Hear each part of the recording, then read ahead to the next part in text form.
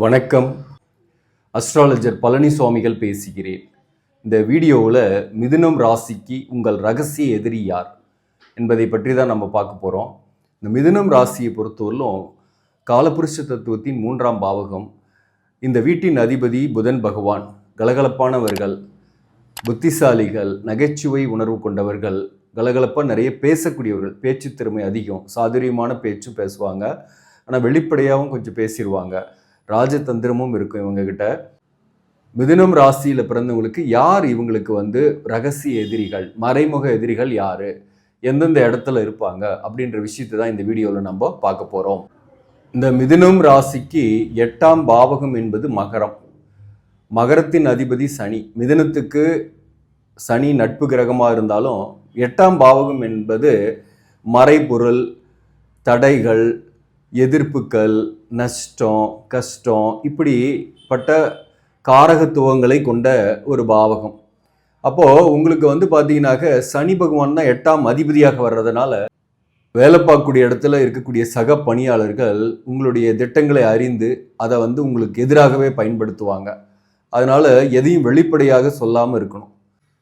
உங்களுடைய திடீர் சரிவு ஏற்படுதுன்னு வச்சுங்க, வெளியில் ரொம்ப வருத்தமாக காட்டிக்கிட்டா கூட மனசுக்குள்ளார சந்தோஷப்படக்கூடியவங்களும் இருப்பாங்க.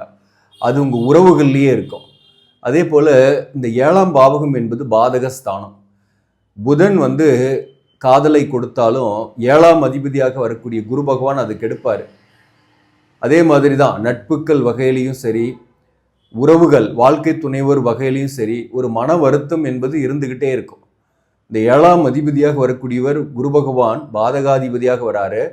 அந்த காரணத்தினால மிதுனத்தில் பிறந்தவங்களுக்கு ஒரு பொறுமையாக வாழ்க்கை துணைவரை செலக்ட் பண்ணணும். அப்படி இல்லைனாக்க வாழ்க்கை துணைவரே ஒரு சுமை அல்லது வாழ்க்கை துணைவரே ஒரு சாபம் அப்படின்ற மாதிரி வாழ்க்கை அமைந்துக்கிட்டு இருக்கும். அப்போ ஒரு போராட்டமாக லைஃப் போயிட்டு இருக்கும். அதே மாதிரி கூட்டு தொழில் செய்யும் போது கூட்டாளிகள் பார்த்தீங்கன்னாக்க மிதுன ராசிக்கு ஒரு நேரத்தில் எதிரிகளாக ஆகிடக்கூடிய சூழ்நிலை ஏற்பட்டுடும். அதனால் கூட்டு தொழில் செய்கிறதுல கவனமாக இருங்க, அல்லது கூட்டு தொழில் செய்யாமல் இருக்கிறது நல்லது. கள்ளங்கபடம் இல்லாமல் நீங்கள் எல்லா விஷயத்தையும் நீங்கள் நண்பர்கள்கிட்ட சொல்கிறீங்க அப்படின்னாக்க அந்த நண்பர்களே உங்களுக்கு தெரிந்த ஒருத்தரே நீங்கள் யாருக்கு உதவி செஞ்சு உங்கள் கூடவே வச்சுருக்கிறீங்களோ அவங்களே உங்களுக்கு எதிராக செயல்பட்டுட்டு இருப்பாங்க. உங்களுடைய திட்டங்களை எப்படியாவது தோக்கணும் அப்படின்றதுக்காக பாடுபட்டுட்டு இருப்பாங்க. ஆனால் வெளிப்படையாக பார்க்கும்போது நண்பர் வேடத்தில் இருப்பாங்க. ஸோ அப்படிப்பட்டவங்க கிட்டையும் நீங்கள் கவனமாக இருக்க வேண்டும். இப்போ மிதுனத்துக்கு 6ஆம் பாவகம் என்பது விருச்சிகம். விருச்சிகத்தின் அதிபதி செவ்வாய். செவ்வாயும் புதனும் ஆப்போசிட் கிரகங்கள் தான்.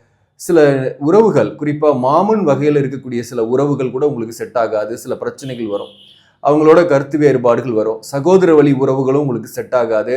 சகோதரர்களோட என்னதான் நீங்கள் நிறைய காம்ப்ரமைஸ் பண்ணிக்கிட்டு அவங்களுக்காக நீங்கள் நிறைய விஷயங்களை கொடுத்தாலும் நீங்கள் கொடுத்ததை சொல்ல மாட்டாங்க, அவங்க வாங்கினதையும் சொல்ல மாட்டாங்க. சகோதரர்களோட எப்பயுமே ஒரு ஈகோ கிளாஷோ அல்லது இந்த சொத்தெல்லாம் இருந்து பிரிக்கிறீங்க அப்படின்னாக்க பங்காளி சண்டையோ அப்போ வரக்கூடிய வாய்ப்புகள்லாம் உண்டு. தூரத்து உறவினர்களால் சில மறைமுக எதிர்ப்புகள், பிரச்சனைகள் உங்களுக்கு வரும். பெண் வழி பகை. இந்த 7ஆம் அதிபதி குரு பகவான்றதுனால உங்களுக்கு இந்த ஆப்போசிட் ஜெண்டர், குறிப்பாக வாழ்க்கை துணைவராக வரக்கூடியவர் கூட நீங்கள் அவசரப்பட்டு நீங்கள் திருமணம் செஞ்சிடுறீங்க, பொருத்தம் இல்லாமல் திருமணம் செஞ்சிடுறீங்க. உங்கள் ஜாதகத்தில் அந்த குரு வக்கரமாக இருக்குன்னாக்க உங்களுக்கு வரக்கூடிய வாழ்க்கை துணைவரே உங்களுக்கு ஒரு பெரிய பகையாக இருக்கும், அல்லது அந்த வாழ்க்கை துணைவரோட டாமினேஷன் அதிகமாக இருக்கும். வாழ்க்கை துணைவரோட ஈகோ கிளாஷ் இருக்கும். உங்கள் சொந்த பந்தங்கள், உங்கள் தாய் தகப்பன், அவர்களுக்கு நிறைய பிரச்சனைகளை ஏற்படுத்துவாங்க வரக்கூடிய வாழ்க்கை துணைவர். அப்போ பார்த்தீங்கன்னாக்க குடும்பத்தில் நிம்மதி இல்லாத ஒரு சூழ்நிலைக்கு தள்ளப்படுவீங்க. இந்த மிதுனம் ராசிக்கு பார்த்தீங்கன்னாக்க இந்த டாக்ஸிக் ரிலேஷன்ஷிப் அப்படின்றது எல்லாருக்கும் அமைஞ்சிடுறதில்ல. சில பேருக்கு அதே வாழ்க்கை துணைவரே டாக்ஸிக் ரிலேஷன்ஷிப்பாக அமைஞ்சிருது. சில பேருக்கு மாமன் வகையில், சில பேருக்கு சகோதரர் வகையில், சில பேருக்கு நண்பர்கள் வகையில், சில பேருக்கு தொழில் செய்யக்கூடிய இடத்துல, வேலை பார்க்கக்கூடிய இடத்துல கூடிய சக பணியாளர்களால் அந்த டாக்ஸிக் ரிலேஷன்ஷிப் அமைஞ்சிடும். இப்போ மிதுன ராசி தான். ஆனால் இந்த எல்லாருமே, நான் சொன்ன இத்தனை உறவுகள், இத்தனை உங்களை சுற்றி இருக்கக்கூடியவங்களுமே உங்களுக்கு எதிராக இருக்க மாட்டாங்க. இதில் யாராவது ஒரு செக்மெண்ட்டில் இருக்கக்கூடியவங்க உங்களுக்கு எதிராக இருப்பாங்க. இந்த 6ஆம் பாவகத்தில் என்ன கிரகம் இருக்கோ உங்கள் ஜாதகத்தில் அதற்கு தகுந்த உறவு நிலையில் உங்களுக்கு எப்பயுமே ஒரு மிஸ் அண்டர்ஸ்டாண்டிங் இருந்துக்கிட்டே இருக்கும். உதாரணமா இந்த 6ஆம் பாவகத்துல புதனே இருக்குன்னு வச்சிங்களேன் உங்க ஜாதகத்துல. இது வந்து மிதுன லக்னத்துக்கு எடுத்துங்க. மிதுன லக்னத்துக்கு 6ஆம் இடம் விருச்சிகம். அந்த விருச்சிகத்துல புதனே இருக்குன்னா உங்களுக்கு நீங்களே சில எதிர்ப்புகள், எதிர்மறை எண்ணங்களால பாதிக்கப்படுவீங்க. இனம் புரியாத கவலையில எப்பயுமே இருப்பீங்க. ஆப்போசிட்டா செயல்பட்டு நீங்களே சில பாதகத்தை விளைவிச்சுக்குவீங்க. ஹெல்த்து கொஞ்சம் பாதிப்படையும். அப்போ புதன் இருந்தாலையும் வந்து பார்த்தீங்கன்னாக்க மாமன் வகையிலையும் சில பிரச்சனைகள், மாமன் வகையில் ஆதாயம் இல்லாமல் இருக்கும். உங்களுக்கு நீங்களே பாதிப்புகளை ஏற்படுத்திக்குவீங்க. அதே இந்த லக்னத்துக்கு மிதுன லக்னத்துக்கு 6ஆம் இடத்துல விருச்சகத்துல சூரியன் இருக்குன்னு வச்சிங்களேன். தந்தையுடன் கருத்து வேறுபாடு, தந்தையை பிரிந்து இருக்கிறது, மூத்த மகனுடன் கருத்து வேறுபாடு, மகனை பிரிந்திருக்கிறது, அல்லது ஏதோ ஒரு வகையில் சம் பிரச்சனையோடு இருக்கக்கூடிய சூழ்நிலைகள் வரும். அதே போலதான் சந்திரன் இருக்கு, விருச்சக ராசி, நீங்க மிதுன லக்னமாக இருக்கீங்கன்னாக்க தாயாரால பெரிய அளவுக்கு நன்மை இல்லை, தாயோட அன்பு இல்லை, பாசம் இல்லை, ஒரு மிஸ் அண்டர்ஸ்டாண்டிங்லேயே இருக்கிற மாதிரி இருக்கும். ஒரு வளர்ந்த பின்னாடி சொல்றேன் நான். அதே போல இந்த 6ஆம் பாவகத்துல செவ்வாயே ஆட்சி பெற்று இருக்குன்னாக்க உங்களுக்கு சகோதரர்களோட ஒற்றுமையாவே இருக்க முடியாது. சகோதரர்களுடைய டாமினேஷன் இருக்கும். மேலும் வந்து வேலை கிடைக்கும், வேலையிலலாம் முன்னேற்றம் உண்டு, எதிரிகளை வெல்வீங்க, கடனெல்லாம் வாங்கினாலையும் கடனை கட்டிடுவீங்க, அதெல்லாம் பிரச்சனை கிடையாது. ஆனால் சகோதர உறவு நிலை பெருசாக ஹாப்பியாக இருக்காது. அதே போல் இந்த இடத்துல குரு பகவான் இருக்கிறாருன்னு வச்சிங்களேன். 6ஆம் பாவகத்தில் மிதுன லக்னத்துக்கு 6ஆம் இடத்துல குரு இருக்கிறாரு. 7 குரு 6ஆம் இடத்துல இருக்கும்போது பிள்ளைகள் வகையிலையும் கொஞ்சம் பிரச்சனைகள் இருக்கும், கருத்து வேறுபாடுகள் இருக்கும். அதே சமயத்தில் வாழ்க்கை துணைவர் விட்டு பிரிந்திருக்கிறது, வாழ்க்கை துணைவரே உங்களுக்கு எதிரி போல செயல்படுறது, வாழ்க்கை துணைவரால் மன வருத்தங்கள் போன்றவையும் இருந்துகிட்டு இருக்கும். இதே 6ஆம் பாவகத்துல வந்து பாத்தீங்கன்னா சுக்கிரன் இருக்கு அப்படின்னாக்க உங்களுக்கு பெண் வழி பகை, பெண்களால பிரச்சனை, தொடர்புகள் ஏற்படும். ஆனா அவங்களே உங்களுக்கு வந்து பாதகத்தை செய்வாங்க. பணத்தை வாங்கிக்கிட்டு ஏமாத்துறது, அல்லது மனசை கொடுத்துட்டு ஏதோ வகையில் ஏமாற்றத்தை சந்திக்கிறது. இந்த மாதிரி 6ஆம் பாவகத்தில் சுக்கிரன் இருந்தாலும் பெண்களாலேயே அல்லது உறவு பெண்களாலேயே பாதிக்கப்படக்கூடிய சூழ்நிலைகள் மிக அதிகம். அதே போல பிள்ளைகளாலேயும் பாதிப்படைவீங்க 6ஆம் பாவகத்துல சுக்கிரனுக்குனால. ஏன்னா 5க்குரியவன் சுக்கிரன்றதுனால பிள்ளைகள் வகையிலையும் உங்களுக்கு ஒரு மன வருத்தங்கள் அல்லது செலவுகள், இந்த மாதிரி பிரச்சனைகள் வந்துகிட்டு இருக்கும். இந்த இடத்துல ராகு அல்லது கேது இருக்குன்னாக, குறிப்பா கேது இருக்குன்னா உச்ச கேது, அப்போ எதிரிகளை வெல்வீங்க. கேது இருக்கிறது நல்லதுதான், பிரச்சனை கிடையாது. ராகு இருந்தாக இந்த இடத்துல இந்த உடல்நல தொந்தரவு, கடன் வாங்கி வாழ்க்கையில முன்னேறது, சில கஷ்டங்கள்லாம் உங்களுக்கு வரும். இந்த ராகு இருக்குன்னாக்க தந்தை வழி பாட்டன் வகையில சில முரண்பாடுகள், பூர்வீக சொத்துல சில பிரச்சனைகள், வில்லங்கங்கள் போன்றவையும் ஏற்படும்.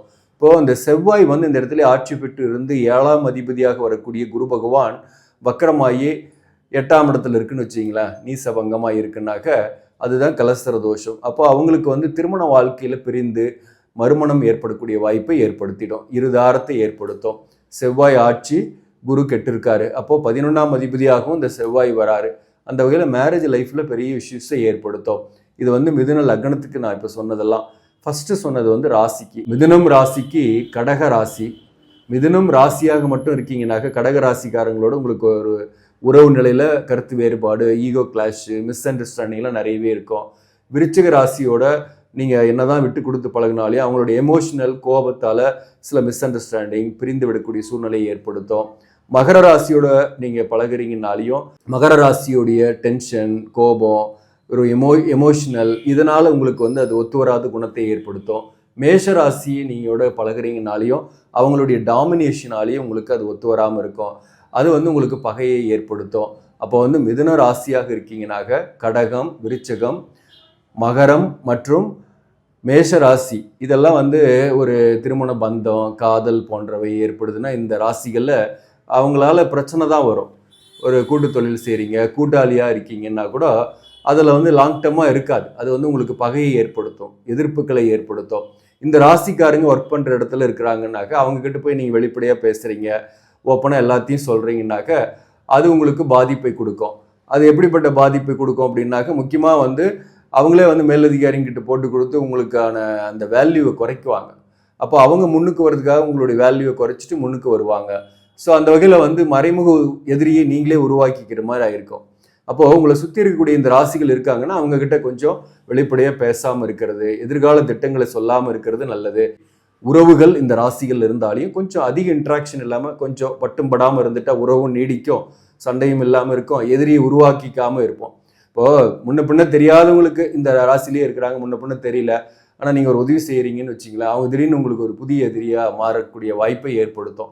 உதவி செஞ்சுட்டு எதிர்ப்பை வாங்கிக்கிற சூழ்நிலைகளையும் ஏற்படுத்தும். அதனால இந்த விஷயங்கள்லாம் நீங்கள் கொஞ்சம் கவனமாக இருக்கணும். நன்றி, வணக்கம்.